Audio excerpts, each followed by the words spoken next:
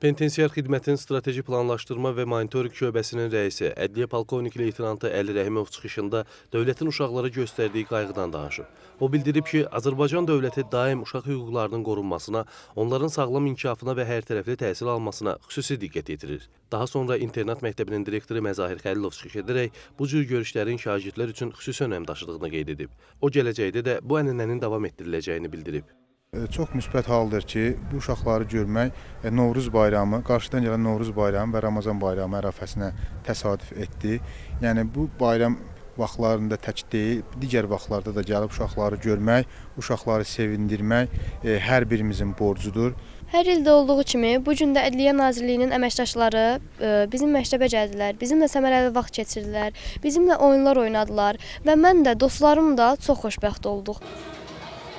Görüş zamanı məktəblilər üçün maraqlı oyunlar və konsert proqramı təşkil olunub. Sonda onlara hədiyyələr təqdim edilib və xatirə fotosu çəkdirilib. Samir Əlsənli, Atabey Səyyad, Emin Novruzov, NTV Xəbər.